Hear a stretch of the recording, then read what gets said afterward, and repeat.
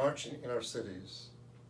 For the past 10 days, we've witnessed in our cities throughout the nation marching for justice, sometimes upsetting people, and obviously at part-time, people stepping in and doing awful damage to property.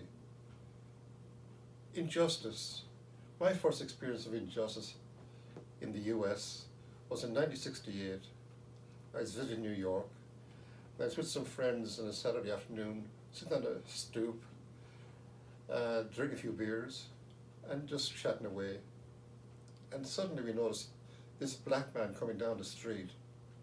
And immediately could feel all the eyes on that man. And personally I could feel like the hurt he was felt, because those eyes were like arrows piercing him. And they watched him all the way until he cleared the street.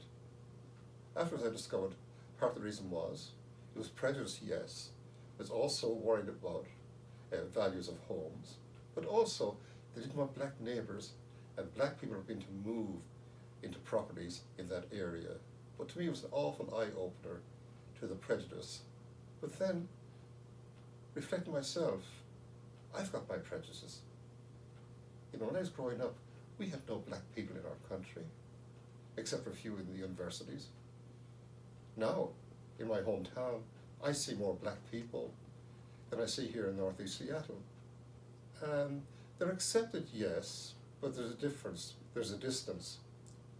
But getting back to our marching here, I feel very strongly that these people who are marching, they're right. They're right to make themselves and their feelings known, and hopefully get us to focus on not just changing laws, and not just changing regulations, but change our hearts.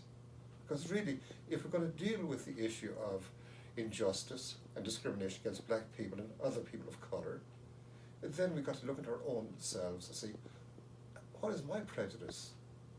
Do I really walk without prejudice against people for whatever reasons, whether colour, creed, sexuality, or whatever? Or, I suppose, speaking for myself, I know constantly got to work with my prejudice because I was brought up with prejudice, you know, and it's almost instilled into us, and it's going to take a generation more again to really take this away. But in the meantime, each one of us in our own lives should be asking ourselves the question, like, you know, what is my prejudice? What am I doing about it? Am I trying to heal myself so I can be open to bring healing to others? In that way, we can begin a journey towards real equality, where fully we accept people as equal, no matter what their origin, whatever their creed, their colour, or their sexuality. We see them all as individuals loved by God, and we as Christians are called to accept them totally as God's children and expect the same for them as we expect for ourselves. Thank you very much.